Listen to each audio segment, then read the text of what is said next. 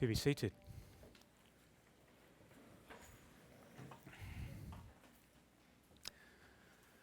Good morning. It's good to see you. It's really good to see some folks. Really good to see Diane back with us this morning after a number of weeks not being able to be with us. Good to have you. It's also good to see Elise back from Peru after a number of weeks over there. It's great to have you guys back with us. Well, we're going to continue in Luke chapter 19 as we continue our studies through Luke. Do have the Bibles open in front of you so you can see what I'm saying and where it's coming from. Who do you listen to? Who do you willingly submit to? Who has authority over you? I imagine if I was to ask those questions to many, the answer would be, I only really listen to myself, maybe family and friends. I don't submit to anyone willingly, and no one has any authority over me. I do what I want to do.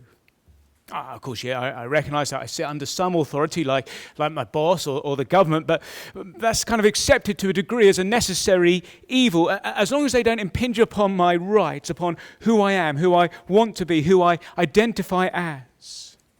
I have all authority. And authority in our culture, when it's put upon us or comes over us, is something we bristle against. It's the very word we don't like. And yet, there is one person's authority we need to sit up to and respond to, because failure to do so has the most profound consequences. Have a look with me at chapter 19 and verses 45 to 48. And we see his authority demonstrated. See, the king has arrived in Jerusalem. He enters his temple.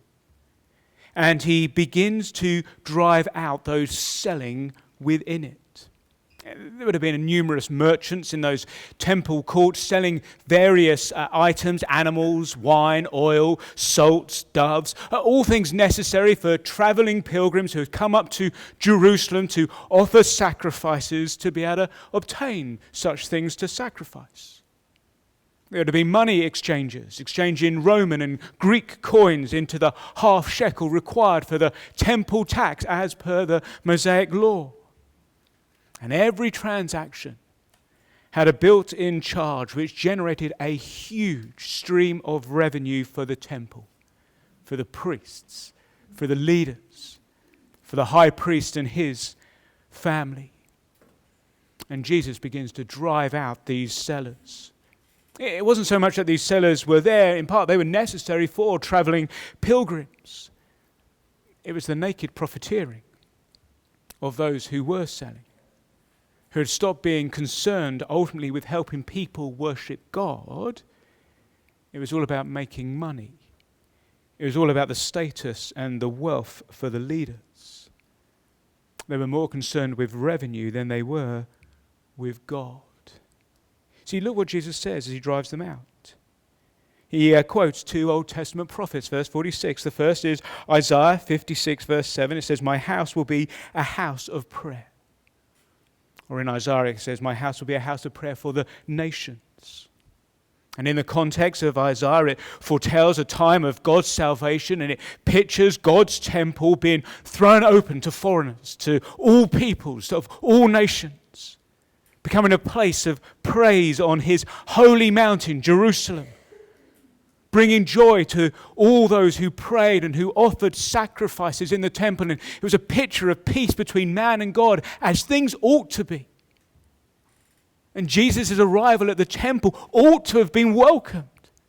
He would have made the temple everything that had been promised in Isaiah. A great picture of salvation, of men worshiping and praising God as things should be, of the peace between man and God that he spoke of in verse 42. But instead, Jesus finds that the corruption against which the prophet Jeremiah had pronounced during the days of the exile, where God had accused Israel, even then, of making his temple a den of robbers, literally a cave of thieves. And it happened again. Corruption had taken hold. Instead of praise, it was the jingling of coins and the bleating of animals. Instead of prayer, it was profit. And Jesus' actions were not a moment of rashness. It wasn't that something just suddenly flicked. His actions were pregnant with meaning. Jesus is establishing his authority. Everything that caused Jesus to speak against the Jews and weep for them in verses 40 to 42 was just as he said. If only they had known, verse 42. If only they had known what on this day would bring you peace. Him. His arrival to his temple, as foretold. But they failed to see, blinded by their corrupt ways. And so as God's king, he upholds God's honor. He stages, in effect, a coup in the temple. He's kicking out the old system and its evil and dishonoring ways of worship. And he then holds court every day. He's teaching the people the truth. We're not told what he's teaching, but presumably, and particularly as we're told in chapter 20, verse 1, he proclaiming the good news. And in light of his actions in the temple, presumably he's teaching about, one, who he is and why he's come. He's teaching them what it is to truly worship God, that it won't be through a physical temple or through animal sacrifices, but by coming to him, the temple of God. That through his upcoming death and resurrection, he would bear the punishment for our sin, our rejection of God, our choosing to worship in our way. But through him alone, we can have salvation and peace with God. We can have that which Isaiah foretold, worshipping God as he intended in ways that honored and pleased him. This is the one who has God's authority to forgive sins and bring peace. This is the one. And he's demonstrating and establishing his authority as God's king. And the question's raised, will you submit to it? Will you submit to the one with such authority? See, the leaders understand what's happening. They understand that Jesus' actions are a coup, that he's establishing his authority, that he's opposed to their ways. And they plot to kill him. See that verse 47? And they're only restrained by the adoration of the people. If only they knew. If only they knew what this day could have brought. But instead they continue their murderous ways. And rather than submit to such authority, they begin to challenge his authority.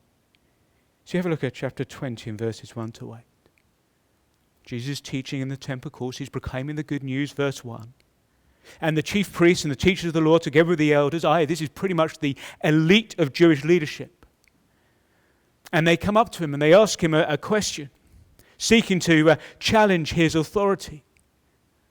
Tell us, by what authority you are doing these things? Who gave you this authority?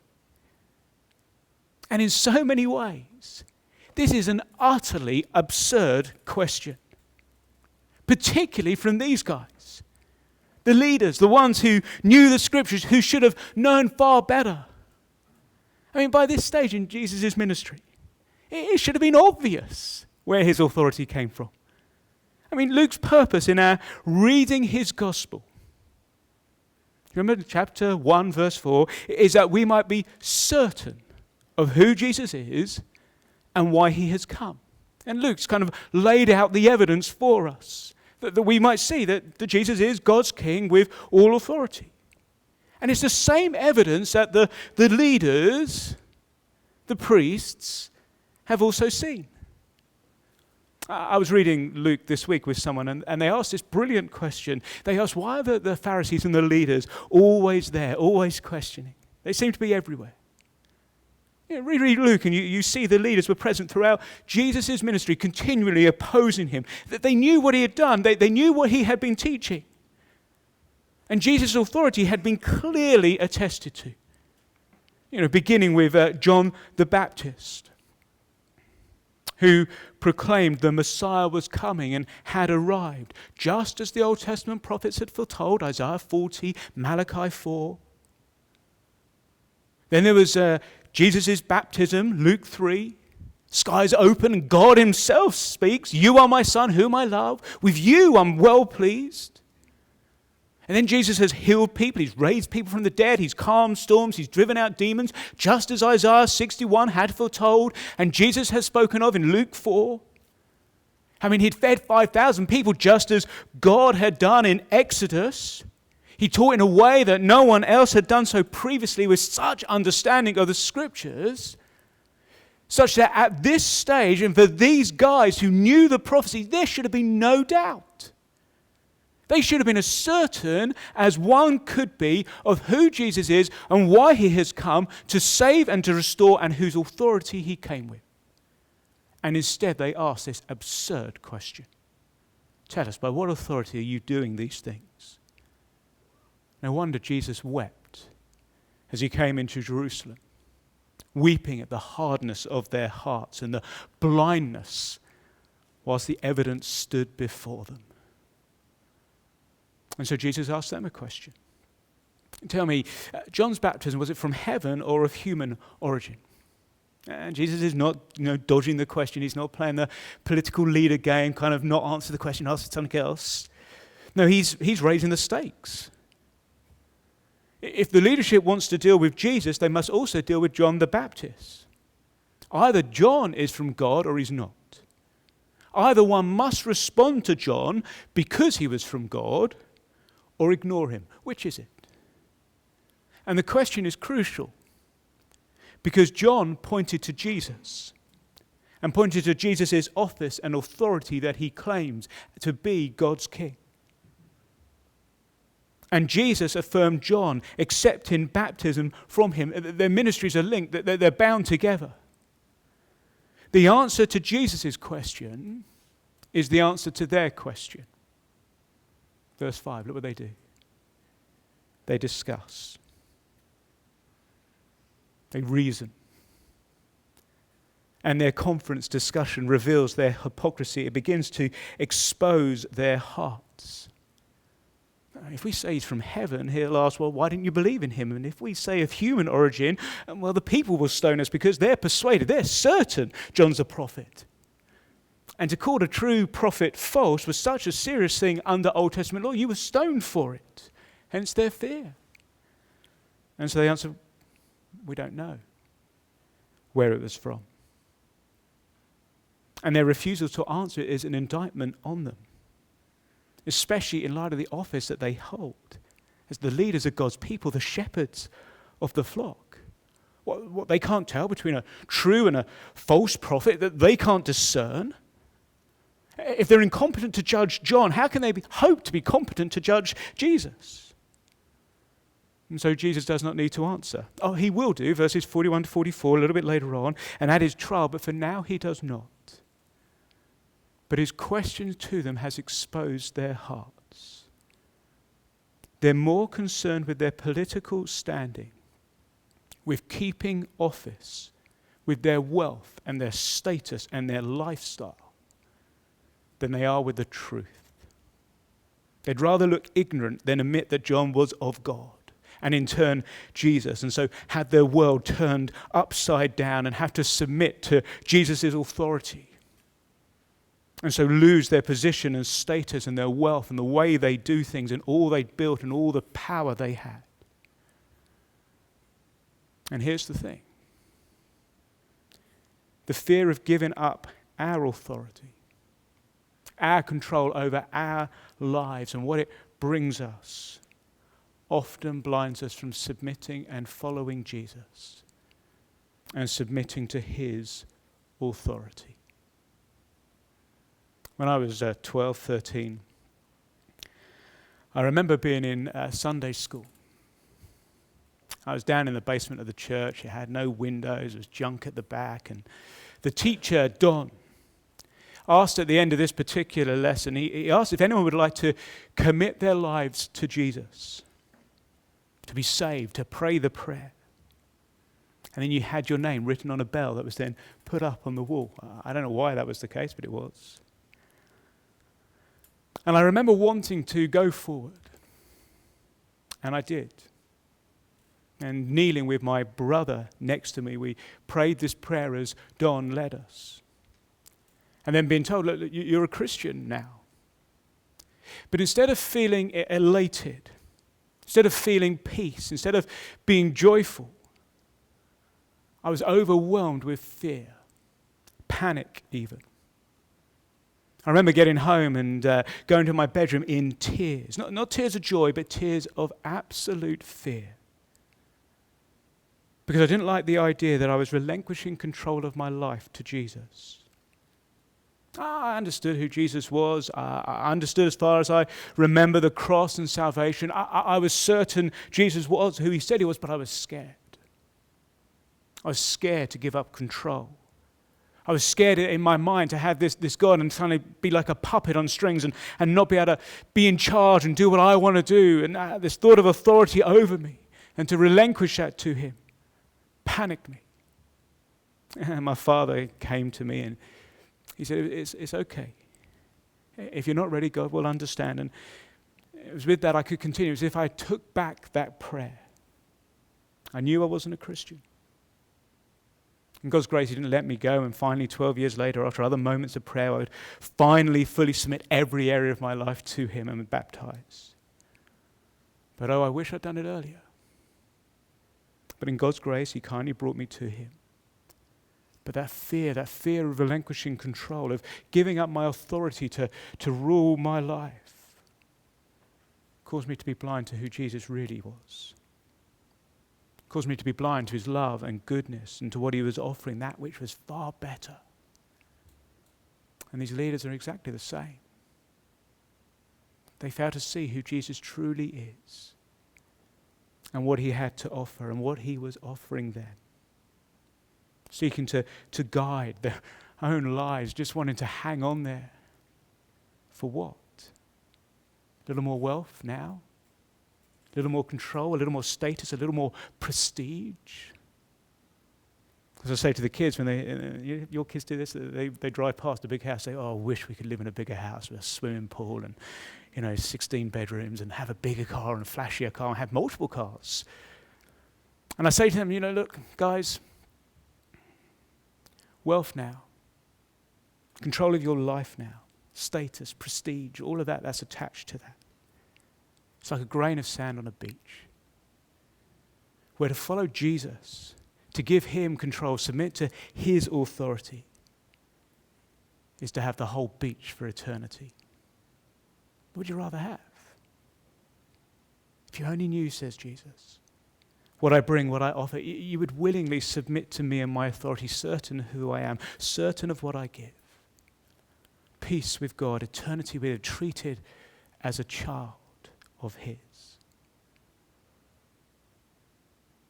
And so often, even as believers, we have those moments when we don't want to submit to his authority. We challenge it, we question it. We would rather do things our way. We fear that truly following Jesus wholeheartedly might mean, what it might bring.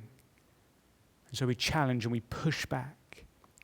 And yet, friend, what is there to fear? Jesus proclaims good news. He died for us. He saved us. Why would you not trust him each and every day? With your whole life, every aspect of your life, with your kids and your wealth and your job and your family and what you do in church, and submitting fully to his authority rather than seeking to try to hold on to ultimately that which will not last. And the leaders kept hanging on. Wanted to be in control, wanted the authority in their own right. And Jesus tells them in the crowd a parable that reveals that his authority demands a response. Have a look. See, so often people think, oh, well, I'll reject Jesus, so what? I mean, the leaders are only concerned for them now. They don't see the consequences, and yet Jesus lovingly, graciously points it out. He doesn't just let them think it's okay to not acknowledge or to not recognize his authority. He tells them a parable. He says there was a man who planted a vineyard. He rented it to some farmers. It was a fairly common business relationship in those days whereby farmers would work the land, care for it, pay the rent, along with some of the fruit from the labours. When the owner had gone away a long time, verse 9, he sent a servant to collect the rent he was owed, and the tenants beat him, sent him away empty-handed.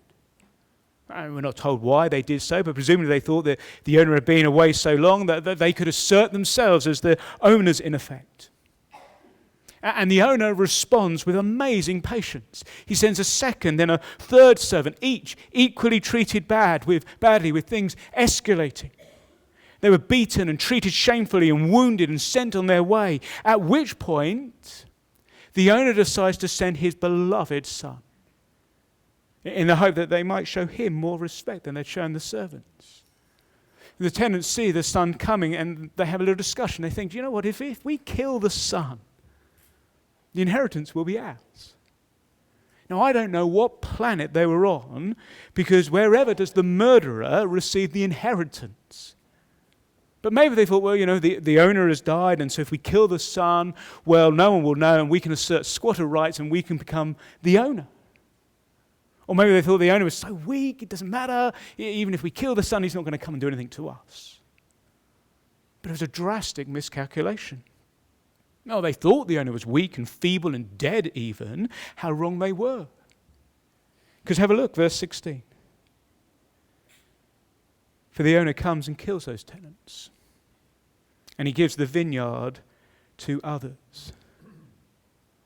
And the immediate response to the crowd, verse 16, and the leaders, verse 19, shows that the meaning of the parable was transparent to them. The vineyard was an Old Testament imagery often used of Israel.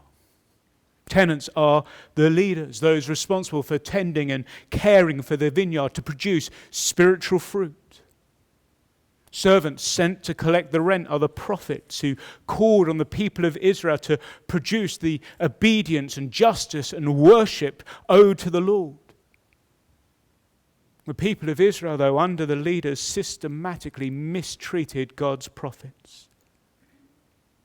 Isaiah was reportedly sawn in two. Jeremiah was locked in stocks and put in prison and dangled up to his armpits in a cesspit. Micaiah was imprisoned and starved. Hananiah was imprisoned and put in stocks. Zechariah was stoned in the temple courts. Uriah was struck down by the king. And in just a few short days, the current Israelite generation would make matters worse by killing God's son. And when the people heard this, they said, no, God forbid. God forbid, verse 16. We'd never do that. That would never happen. Verse 17, Jesus looks at them directly and he asks them, what is the meaning of that which is written? And he quotes Psalm 118, verse 22, the stone the builders rejected has become the cornerstone. For the stone, Jesus, will be rejected and killed by the leaders and the people, but he will also be exalted. He'll be lifted up to become the foundation, the chief cornerstone, the most important stone on which God would build his church. And that same stone will then be a stone of judgment, verse 18. Everyone who falls on that stone will be broken to pieces. Anyone on whom it falls will be crushed. They'll be destroyed. They'll be removed. Now, primarily, as verse 19 makes clear, Jesus' words are aimed at the leaders, those who clearly rejected his authority, refused to submit to it, who were planning his death. And Jesus is warning them. He's saying, look, guys, if you reject me, if you reject my authority, it's dangerous. It will result in the removal from office, that the vineyard will be taken away from you. It will result in your death. You will be killed. And you will face my ultimate authority judgment and eternal separation from him and hell. His authority demands a response. You can't just neglect it. You can't just say, I don't know. He's warning them. But of course, it doesn't just apply to them. Because in 1 Peter chapter 2, the same verse, Psalm 118 verse 22, is used and applied to all who reject Jesus, who reject his authority as God's king. They'll face the same outcome, to come under his judgment, to have the stone fall on them. See, don't miss the warning. The one who is the stone, the one that is rejected, will become the cornerstone, the chief stone. He will be exalted, lifted high. Philippians 2, every knee will bow, willingly, forcibly, but every knee will bow, including yours. And so if you have not yet submitted to the authority of Jesus as King, as the Lord, as the one who can bring peace, as the one who can restore you to God and forgive your sins, then do so this morning. Do it before it's too late. Submit to his authority, his loving, gracious, kind authority. What's holding you back? If you're a believer here this morning, hear the warning to us. See, because of the Jewish rejection, the vineyard has been given to the church. We now have the privilege of being God's people and the responsibility to live as such, submitting ourselves to Jesus' authority in every aspect of our lives. We might not be Jewish leaders. We might not be outrightly rejecting the Son in the same manner, as it were. But the heart issue that drove the leaders to reject Christ's authority is the same heart issue that you and I battle with every single day. See, fundamentally, what's the heart issue? What's behind all of their actions? They desire to be the owner rather than the tenant.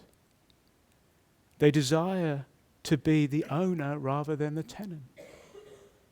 They thought they were in charge. They thought they had the authority. They thought they could do things their way, make up the rules. And they literally did. I mean, in the temple became their place with their rules, with no real regard to God and his purposes and his ways and his commands and his decrees. That's why Jesus went in driving out the sellers and teaching the people the truth. They'd made up their own rules. They decreed how they wanted to worship God. They thought they were owners, not tenants. And the reality is, this has always been the battle of our hearts from Genesis 3, that we think we're in charge, that we somehow think that we have all authority, that we can determine all the rules on how we live, and we can determine how we will worship God, and we'll do things our way, and we will live how we want to live. I mean, it's the adage of our day, determine what you want to be. You're in charge. Be who you want to be. It goes back to what we saw earlier, isn't it? This fear to give up control. Why? Because we think we're the owners. We act as if we're the creator. We act as if we're the king, rather than the created, the subject, the tenant. And for most of us here, we're not blatantly rejecting Jesus' authority, but it's expressed often in the 1,000 little decisions we make every single day. Well, I want to keep being the one who's an owner and make up the rules. Last week we were on holiday, as you know, and we're in the car and I'm driving, and I needed to turn right to get to the petrol station, which was literally just 20 yards there. And yet there's a sign that says quite clearly, no right turn. But I look down the road to the left and I see traffic and no obvious place to turn around. And whilst I look, the traffic's at a standstill and there's a gap before me. There's nothing coming in the other way. And so I do the right-hand turn, straight across the busy road and straight into the petrol station. Of course, I was immediately told of my sin and my wrongdoing by all members of my family. And they were right. But you see, what happened at that little moment? At that one little moment, that little decision, just one in 1,000 of that day, I decided to be the owner, not the tenant. That I was the one with the authority. Me, King Mark of the S-Max. and I decided that I would serve my own purposes, I'd disobey the rules of the road and do what I want to do. Oh, you say, but that's not direct disobedience to Jesus' authority. Well, it is, because Jesus' word is clear. Submit to those in governing authority over you, Romans 13. And I decided at that point the road rules don't apply to me. Which in turn I decided that actually God's rule about submitting to authority at that point doesn't apply to me, because I'm the king. I act as an owner, not a tenant. I was writing the rules. I was doing what I wanted to do, which is exactly what the leaders were doing. Making up the rules, challenging Jesus' authority. And every little decision I make will reflect whether I'm determined to be an owner or a tenant, the king or the subject, opposing or submitting to Jesus' authority. And the warning of this passage is clear. If I continually set myself up to oppose the authority of Jesus, if I do not determine in my heart, with the help of God's Spirit, to nail to the mast, as it were, every single day, Jesus is king, his authority is over every aspect of my life, then I will end up in the same position as those leaders. That's the movement. That's the trend. Such that ultimately I will be rejected, for I will have rejected him. I'd have chosen to go my own way again. See, hear the warning. God has given us much that we might serve him. His Son who saved us has restored us to relationship with him. He's given us gifts and skills and wisdom that we might serve him. And in all that we do, bring him glory. That in every detail of our life, we might be bringing the fruit of obedience and worship before him. But we must do